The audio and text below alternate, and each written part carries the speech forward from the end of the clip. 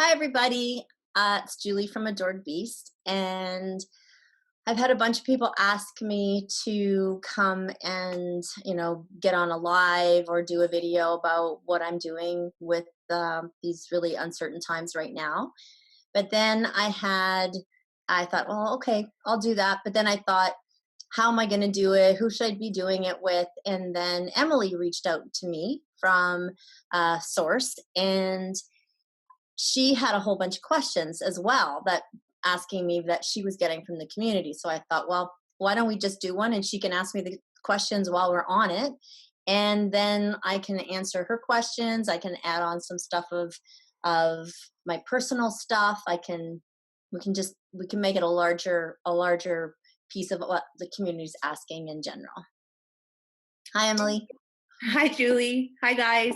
I'm part of the Source CBD team, and we kind of sat down. Our community was bringing these questions to us, and we thought these are such great questions. And, the CBD ones we could answer, but the other ones we were kind of, we don't really know. We thought we need to go to somebody who's an expert in this. And we all looked at each other and thought, Julie, we need to come to Julie.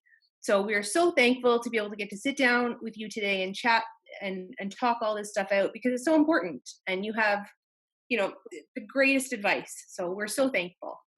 Well, you're welcome.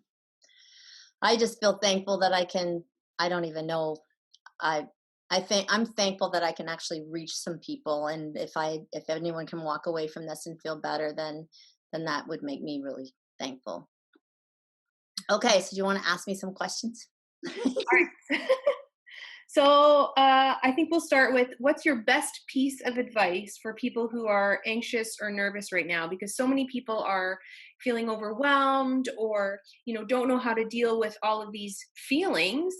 So Mhm. what is your best advice?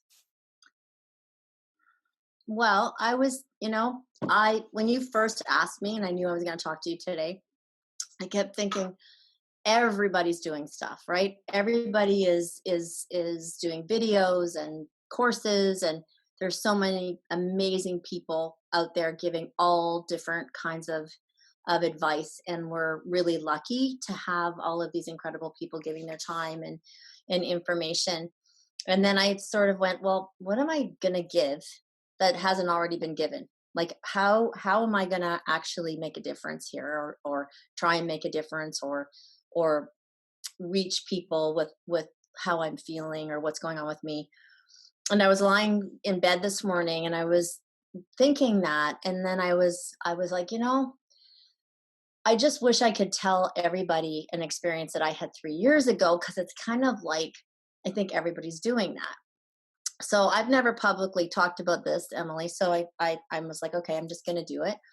And they all often say, like, I'm sure you've heard people say lots of times, like, when you go through a life threatening illness or a life threatening accident or something, it really kind of changes your life.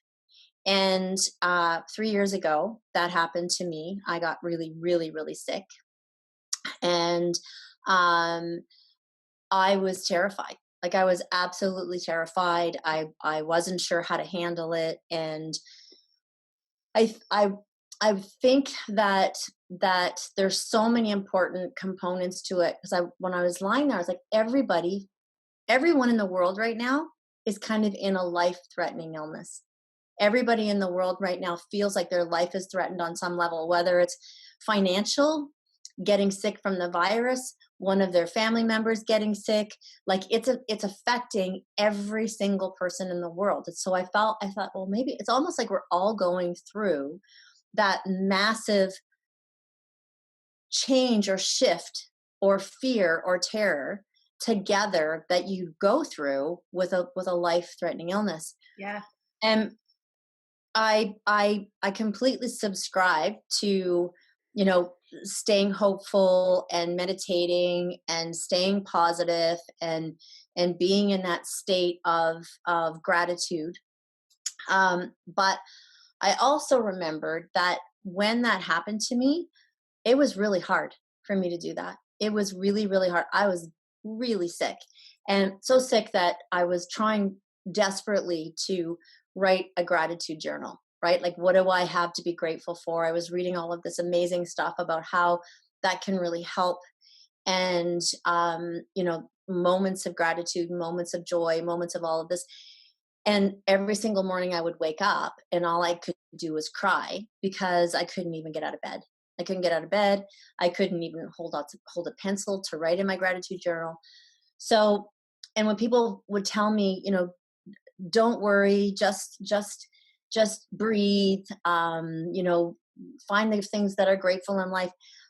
While I super appreciated it, there was a part that almost made me feel worse, almost irritated me more, made me angry. I think because I was so afraid if I couldn't, I was going to die.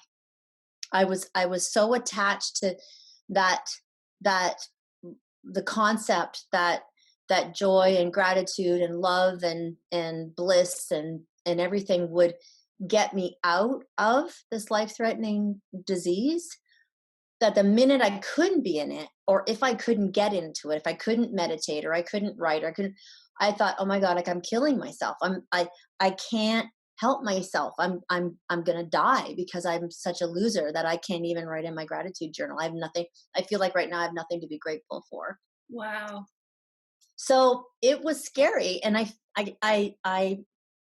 heard that now a little bit. People emailing me and stuff going, I just can't do it. And I feel like because I can't do it, my immune system's going to drop and I'm going to get sicker. And so this morning I was like, okay, I have to talk about that piece because when I had my vet hospital, a lot of stuff that I saw and when I have been treating animals or doing lectures, I try and come from an experiential place, a place that I can stand on stage or get a product or whatever and say, I've used this, I've done this, I've seen it work. So it's not just, it's science, but it's not just science. I've actually seen it or experienced it. So what happened to me was I put my journal beside my bed and I said, come hell or high water in the morning, I am going to write in that freaking journal no matter what happens. And I put it right there and my pen right there. And I woke up in the morning and again, I looked up at the ceiling and I couldn't get up. And I just couldn't believe it. And then all of a sudden my dogs jumped on my bed and I had friends coming and walking the dogs because I couldn't do anything on the farm. And it was, we have lots of, horse manure and mud and water and rain and whatever. And they would jump on the bed and even though I wanted them on there would be mud everywhere, right? No matter how much everyone tried to keep their feet clean.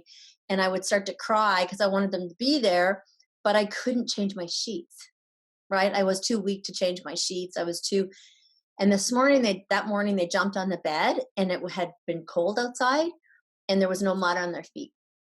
And I was like, oh my God, thank God there's no mud on my feet. That's what I thought in my head. And then I'm like, okay, I'm writing that in my journal. I'm so grateful there's no mud on my dog's feet. And it started with that most simplistic, it sounds crazy because it's not ethereal or any kind of like mind-blowing thing. And then what I've learned since then is that how important it is to feel your emotions. So to say you're not scared and you're scared is very suppressive. And I'm not saying run out and scream and panic. That's not what I'm saying. But everyone out there that's scared, I'm here to tell you, it's okay. It's okay to be scared.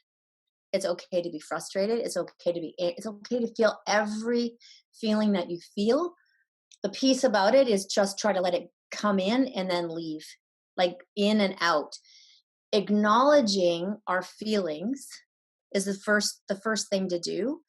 Yes, I'm scared. It's okay. It's like comforting ourselves that we're okay, that we're scared, and just because we're scared doesn't mean we're going to get sick, right? And letting it come through or writing it down because you don't want your children to see you scared or whatever it is, but try to like acknowledge it and self love yourself enough to be able to give yourself that acknowledgement, right, that you are scared. But then let the joy come in as quickly. Don't block joy, because that's another thing that you can do when you get that scared or you feel that bad, is you will actually block joy. because you're feeling so like, well, I shouldn't be feeling this. Like you'll start laughing because the dogs are doing something or whatever, and you'll start to laugh. And then you're like, oh my God, why am I laughing like the whole world's falling apart? Like, how can I even feel that? Like people do that. So I think that it's incredibly important to, if you can in this time, to find joy and try and meditate, but it's equally as important to acknowledge and support other people for being afraid. So if it, like, let's say, I've had a lot of people come and say, I'm really scared, and I'm scared because if I'm going to make the world be worse, and I'm not going to be able to help the world in a conscious place, and I'm not going to be able to, I'm going to get sick because my immune system is going to drop. And I just say, it's fine. It's okay. I get that you're scared. I'm scared too. There's times when I'm not totally in my thing, and I'm feeling scared, and it's like it's an okay feeling. So support people in their fear, but don't support them to stay in it. So that's what the media is doing. The media is keeping us in fear, right? So it's making the story stick and stay and bubble and cultivate and get worse and worse and worse, right? So don't stay in the story. Be in it, come out of it, go back in it again. And they've proven that when you're meditating, if like, because there's lots of people out there, especially in this community, that have already done a lot of like um uh mindfulness and yoga and things like that. But for the people that haven't, and they're newbies at, like, real newbies at this, they say that a 1 minute meditation, if you can actually be feel your breath, and if you can feel your breath for 30 seconds 3 to 4 times in a 2 or 5 minute meditation, that is absolutely enough to bring your cortisol levels down, to bring in the joy, to help with your immune system. You don't have to stay in a meditation. No one, I shouldn't say no one. It's very difficult to meditate for, any length of time. It's all about being there, and then realizing that you're not there. You're all out in your head, and you're thinking of all the horrible things that are going to happen. That's meditating. It's like, oh, okay, well, I'm not actually thinking about my breath now. I'm thinking about all this awful stuff. I'm going to come back to my breath. That's meditating, not just staying in this Zen state for an hour at a time, or 2 hours at a time, or even 15 minutes at a time. It's baby steps. And truly know that science is showing us, even in the slight little bits that you can do it for seconds, it makes a massive, massive difference. Wow, that's incredible. But like you said, it's so important, not just for those of us who are, um, this is a normal occurrence for us to meditate. It's also really good for people those of us who are new to it. So, maybe you've never meditated before, and even just those little tiny baby steps is so important. Hmm. That's It great. is. And embracing all of those feelings, and knowing that if you are angry, you're not failing at anything. You are feeling these true feelings, and that's okay. Just don't live in them. Right. Or Yeah. act them out. Yeah. Right. So you're really, real. See, I think that is actually a scary part, because if you're not allowing the anger to flow, whether you're boxing, whether you're running, whether you're, doing heavy duty breath work, whether you're playing the guitar or smashing on drums, or getting your anger out, if you're not, or that feeling or that emotion out, you'll get what'll wind up happening is, if you're holding it in, going, I have to be positive, I have to be positive, I have to be positive, then one thing will happen and you'll just snap. And then you're kind of putting the anger onto something or somebody that is completely displaced, right? So if you're angry because you feel like whatever, lots of people are angry at politicians right now. A lot of people are angry at a lot of different things that they felt have gone wrong, and that's okay. So address it, talk about it, write it down, let it go, because if you don't do that, chances are your wife, your husband, your partner, your dog, your whatever will come in and do something, and repressed or suppressed anger will then be will just come out, and it'll come out in a really inappropriate way, right? So, Yeah. and the same with the fear.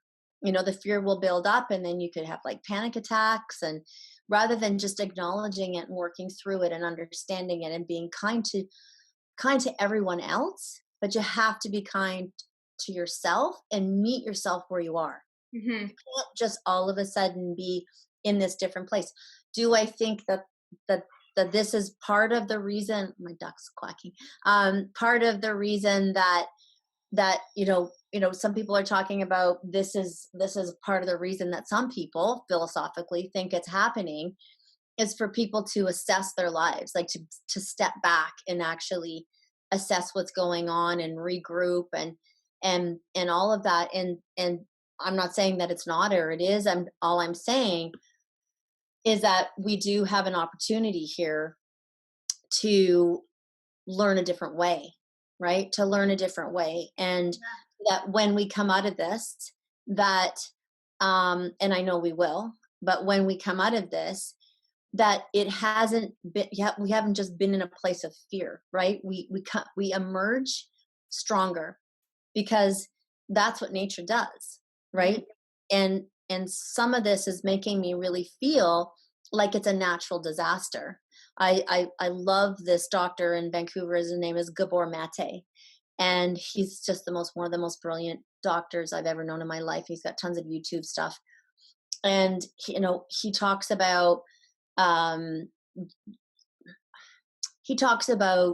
uh, the decompartmentalizes in society. He worked a lot in the downtown east side in Vancouver, and Okay. how that addiction and the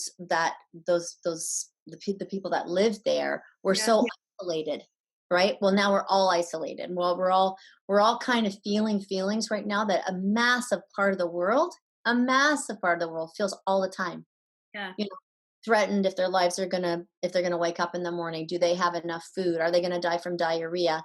Are they going to it's a time when we can all sort of step back and go, how are we going to emerge from this? How are we going to come out of this? Do we want to stay in our fear, so that when this all comes to a head, and then we regain our it's almost like a homeostasis, right? When the world regains its homeostasis, are we going to emerge into our homeostasis in a better place, or are we going to emerge in it in a worse place? Are we going to emerge in it, like, how do we want to be, right? Because it really is an opportunity in that way. um and it will, I mean, I really believe that I've talked about nature, and I've lived in nature my whole life, and I've really observed. And we will have, when you look historically at epidemics, and oh, that's what I was going to say about natural disasters, right? Like we can watch natural disasters, but we're separate from it. We Yeah. actually can understand what is going on. Like we have empathy and compassion, but we just don't get it. And now we all are kind of getting it, because we're all in this together. And I think that when something like that happens, there is a rebound effect, right? So it's really, really, really bad, and then it gets, once it can be bad, and then it gets really bad, and it's pushing, and then when it rebounds, it goes to the opposite of it being really good and and incredible. And sometimes they talk about recessions after recessions, then the economy just goes insane, and then it comes back to balance, right? Economy goes insane, meaning good. So I think that it really does give us time to go, okay, when this is over, where do we want to be? Do we want to be in the same job? Do we want to be with the same person? Do we want to eat differently? Do we want to live differently? Do we have definitely different things that make us happy. Because right now, what was making us happy, even from a place of purchasing things or whatever, people are like, who cares about that? Like things that were really important a month ago don't seem so important right now, right? So it's really about how do we want to show up, instead of going, we have to show up right now, and we have to be kind with each other, and we have to support each other, and we have to do all of, we don't have to, it's great to do that, and it's important, but have some hope. How do we want to come out of this? How do we want to change? If someone could press a button tomorrow and we're out of this, what do we want to where do we want to be? How do we want to, talking about emotionally, physically, on every level? It's giving us the time and space, even though it's scary, to move out of that and look at that. So you mentioned the importance of getting that fear out and not like letting it take over, and having an outlet for it. So what are you doing to stay grounded and, recenter yourself and find that place of balance and homeostasis? What are you doing? So I'm right now really trying to watch. I try to watch things, when we go out for dinner and we go out and do things all the time, we're so distracted, right? Like everything distracts us. We don't have to really do anything, right? We don't have to look at finite details. We don't have to look, unless you go to an art gallery and you're someone that really looks at finite details of paintings and things like that. So I'm trying to develop that strength even more. So kind of like the finite details of observation, like really watching, if the sun comes in and hits the fur of my cat, right? Like really looking at that, taking that moment and actually looking at, what does that actually look like, right? Like, do I see a spectrum of color? Like really trying to work my mind and my senses, right? Like, what am I tasting? What am I smelling? What am I, like, we have six senses, right? So I'm actually taking time to re-educate all my senses. I'm really watching things. I'm watching the birds. I'm really trying to watch things. And what's kind of cool that I did a lot when I was sick, I was reading a book called Go Back to Grazing. And I didn't really get it. And then when I was watching my horses, it's such an interesting concept, because horses are animals that are preyed upon, right? So they're eaten. So they have a very high fight or flight. They have a very high supercharged sense that they can smell things, hear things, sense things, because they need to know whether they need to run, fight or flight, or run, so they don't get eaten. But what's really cool about it, which is what I'm trying to do right now in this moment, not this in the second, but when I get scared, is think about them. So I would watch them, really to watch what they were doing. So Henry, my dog, let's say, they're out in a big field, and my dog would go into the woods, right? And my horses would hear him, like flip around, right? Snort. Like if they don't see him, right? They know who he is. But if they can't see him, they just hear noise in the forest. They'll snort. They'll assess, is this an immediate threat in this second? Am I going to get eaten? If it was a tiger or a bunch of coyotes or whatever, they'd run, right? They would be gone. But they see that it's Henry, and they know that they're safe. And then they instantly stop running or freaking out, and they just go right back to grazing. They go right back to eating. Like, all's well. The world is amazing. I'm safe. I'm eating. Everything's cool. It's all awesome. And it's that ability to not stay stuck in the fear. And I think that is so important for our cortisol levels. I'm not saying don't get scared, because they definitely get scared, right? But they don't get stuck in it. They assess it, and then they go back to being in the moment. And their moment is grazing or eating. So I'm trying to do a lot of that, So go back to grazing. So if I hear something or something scary, or something's freaking me right out about this whole thing, which did just happen because my mom got sick and was wound up going to the hospital. So I would normally be on a plane. And with my mom in the hospital room, basically not letting anyone do anything to her except for what I tell them that they can do. And I wasn't even allowed to go. I had to do everything I was freaking terrified.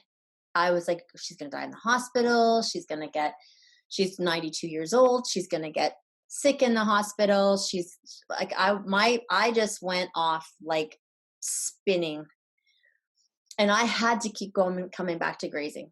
I had to keep going. Okay. I talked to the doctor. This is what's happening right now. It's okay. Like, just take in every moment as I could, because I was really, really, really scared, because I felt like I had no control, like none. And I'm so controlling with my mom's health and what goes on with my Of mom. course. So I really didn't.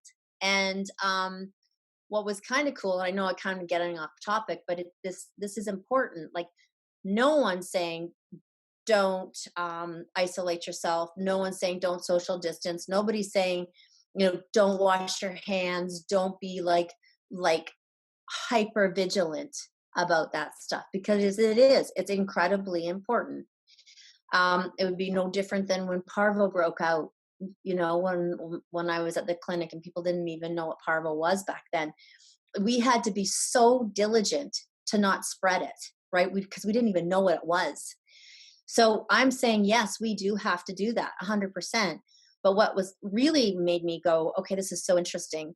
My mom's in there. My mom has been under my care for about, I guess, 14 years.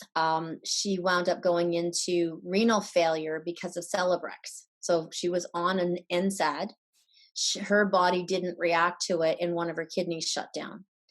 And my mom, and then she also 3 years ago figured out she had a mitral valve insufficiency. Make a long story short, everybody thought she'd be on dialysis 10 years ago. All the doctors said that she wouldn't make it past 6 months with her heart, and she couldn't have surgery because she was 90 and had this bad kidney.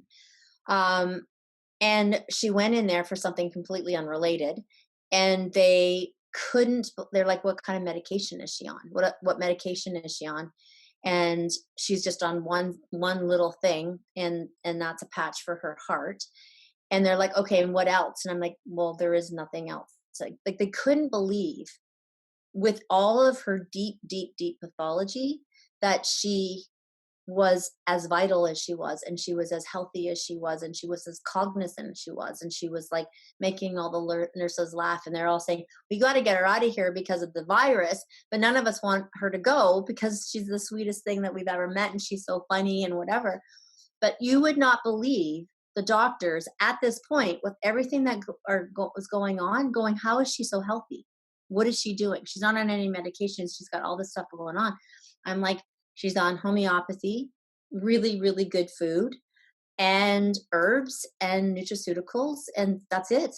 And lots of love and fresh air, and that's what she like. It's kind of interesting because she's been in the hospital a gazillion times before, and nobody's ever asked me that.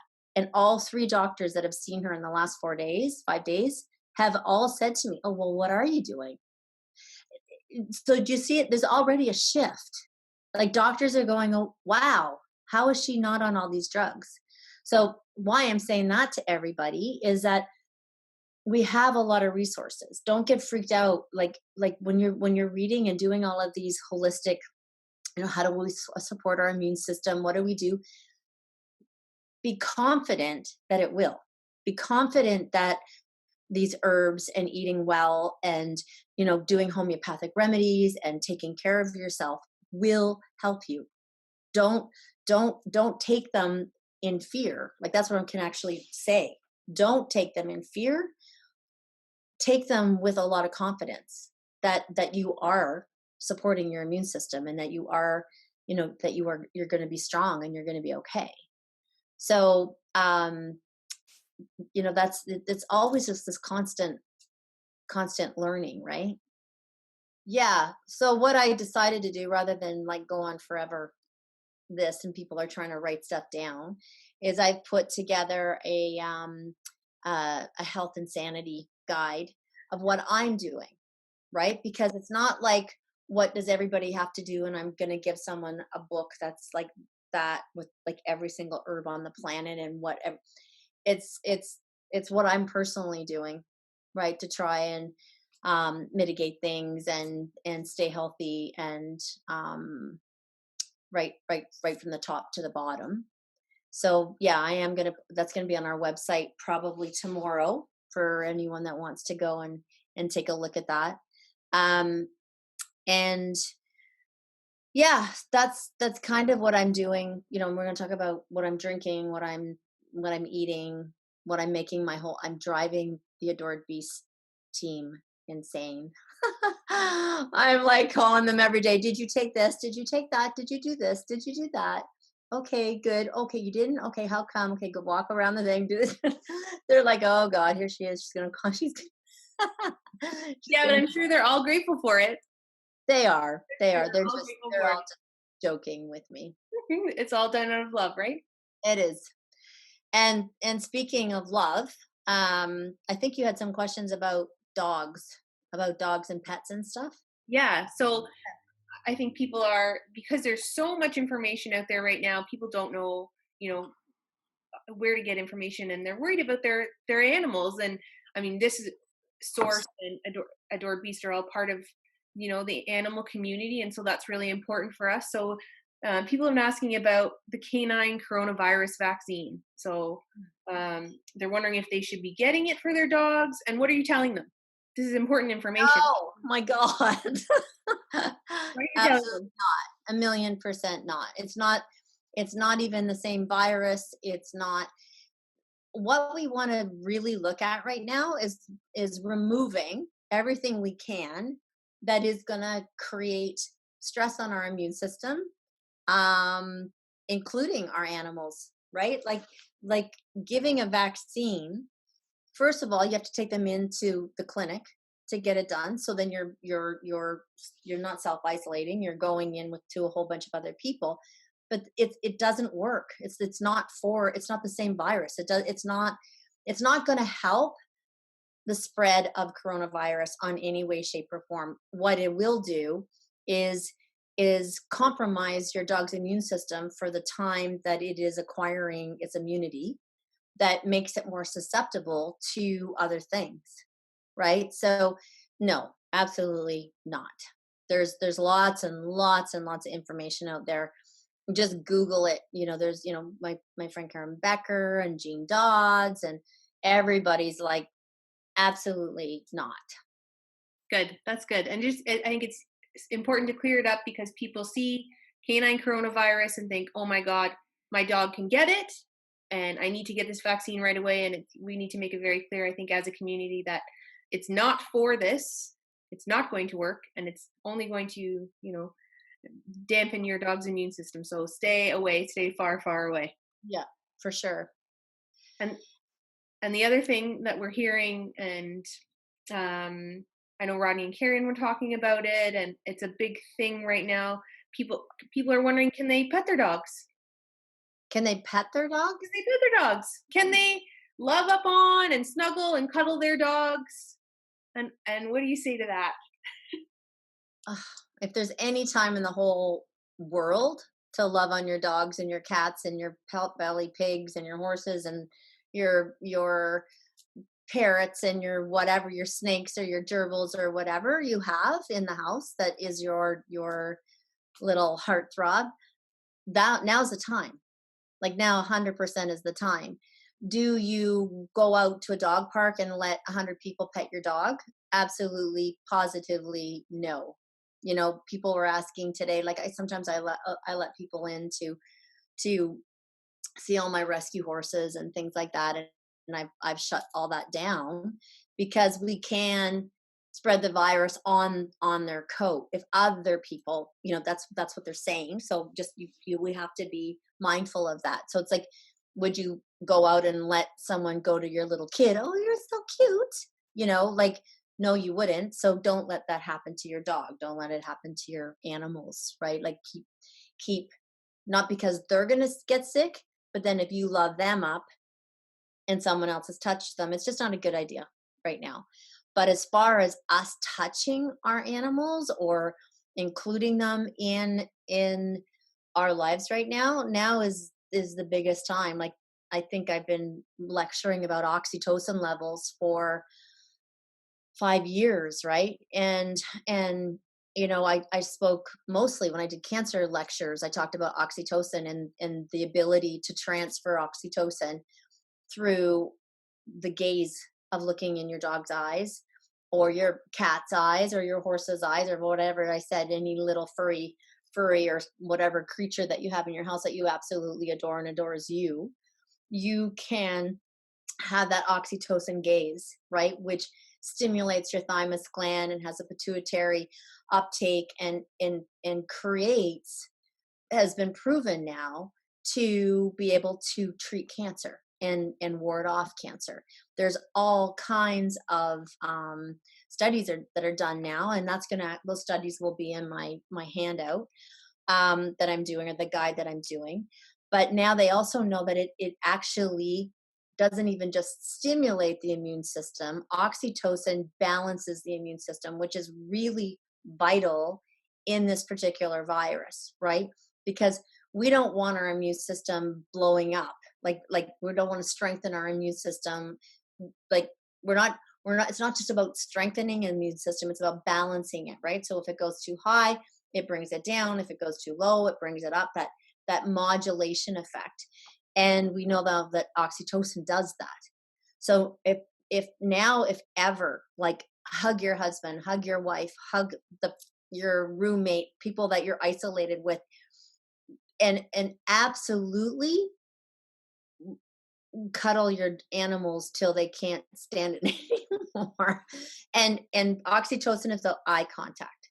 So that's interesting too, because to have that gaze, we all have to just calm down, right? So it's not about hugging them and squishing them, which is what I do, right? Like, um, but really, really being in the moment with them and having that gaze, right? Because it oxytocin is passed through the loop is through the gaze of actually looking at them.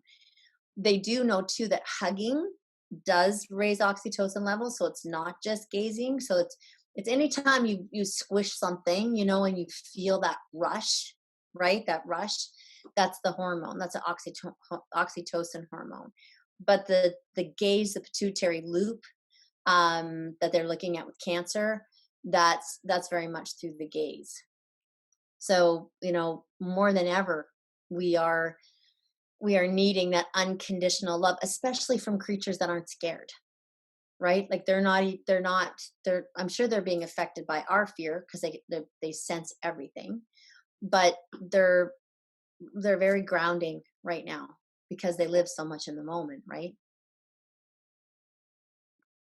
Many of their lives are disrupted right now, and Yeah. they may be kind of wondering what's going on, and why are you home so much, or why are we not getting out doing the things that we normally would be Yeah. doing. So we need to reassure them, but also let them reassure us, and let them help relieve our stress, and give them love. Do not be afraid to touch your dog right now. Touch more than you normally would. Well, I have had so many people over the last 27 years say to me, "I just wish I could spend more time with my dog. I just wish I could spend more time with my cat. I just wish like if it was up to me, I wouldn't go to work and I'd just play with my dog all day or pet my cat all day or just hang out with my dog." Um, we can now, right? Like we can actually do that. So that's sort of what I'm trying to say is like take the opportunity to do self-care. We have to look after, like, we have to look after ourselves, and that's why I'm really putting it out there for people right now, is because I'm always about animals because that's kind of who I am. But without us, they're going to be, they need us to stay healthy, right? They need us now a lot. So they want us to be healthy. So it's, going back to grazing, looking at them. Like I'm looking at my cat right now, and she's just asleep on the couch and all chilled out and all chilled out and like try and try and let them help us, right? Like try and listen to them, try and hear what they're trying to say to us. Yeah. More than anything, I think it's just everyone has to um be kind to themselves, right? And be kind to others, and not put so much pressure on ourselves to be a certain way or act a certain way, and just kind of back up and reassess, what we're doing, what do we want to do, think of dreams, you know make a vision board for what could be great when we come out of this. Not I'm not saying stay in the future, because I think a lot and a lot of philosophers are saying this is teaching us to be in the moment. This is like stopping our entire world of being disconnected, and the need to distract ourselves 24/7.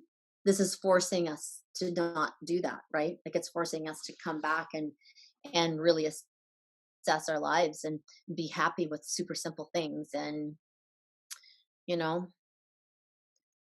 Yeah, I think that's fantastic advice. It's the universe's way of telling us get back to grazing. Well, I don't want to take up too much of your time because I know you're a busy lady. Do you have anything else you want to cover before we? I don't think so. Someone asked me what was I reading now, what am I Oh yes, listening what are you to. reading now? I'm reading this really cool book. It's called The Secret Wisdom of Nature, Oh and I've been wanting to read it forever, and it's so incredible. yes, And it's really, really, it's a really good book right now in what we're going through, to realize that there is, that this disease, whether it was, with those people saying that it's caused by so many different things, like they're comparing it to, the overuse of vaccines and things like that viruses are just becoming stronger and stronger, just exactly the same as superbugs do with bacteria, with antibiotics, right? So there's so whether or not this was man-made, whether it was nature made, it is acting like a natural disaster. And all epidemics and stuff, they hit their peak, and then they burn out. But when we see the capability, like through this book, and our belief of how strong and resilient we are innately, like our innate ways of staying healthy, being strong, and rebounding from a catastrophe, and often coming back stronger on every level, economy, physically. People are eating better, than it's causing them to eat better, like to think about their immune system, whereas a month ago they were eating garbage and not caring whether they were going to get diabetes or have a heart attack, you know and putting it sort of in perspective too, like we are part of nature, right? Nature is in us, we are in nature, we're all connected. And because we have this natural being, we have the ability to rise above this, get out of this and rise above it. It's going to be tough going for a while, without a doubt, but if we can stay in that place of, like I said, allowing, and a resistance to fear, because we can tap in or believe that we have the resilience as a natural being, right? Like we are natural like a tree. We're natural like the grass. We're not like we have homeostasis like everything does, and we really do have this innate ability. And I think that if everybody can read about that, Google it, understand that the body has its own way of being able to resist and heal and recover and be incredibly resilient. Okay, so Emily's telling me through my little texting me that nobody can see me because of the sunlight. So I'm gonna have to lift up my computer. There we go. All right, so I'm gonna say goodbye, and don't forget that I'm gonna have this resource out of what I'm doing. So don't worry, the whole 9 yards, and what I'm recommending for everybody that I'm doing. It's a bubbling around. But anyways, we're gonna get through this all together, and I'm here, and I'm gonna be also doing some kind of like free ask me anything, so we can hang out and have tea and not talk about corona or talk about corona, whatever. Talk about anything, dog food. So many times I've done those, and people just don't have enough time to ask me all the questions. So I'm going to try to do them quite often, and we can just have tea and hang out, and you can ask me whatever you want, and hopefully we'll get through this together. And just want everyone to know that I'm here, whatever capacity I could possibly help, I will. That's amazing. Thank you so much, Julie. Okay, you're welcome. Okay, See you we'll later. talk soon. Okay, bye. You're all jiggling now.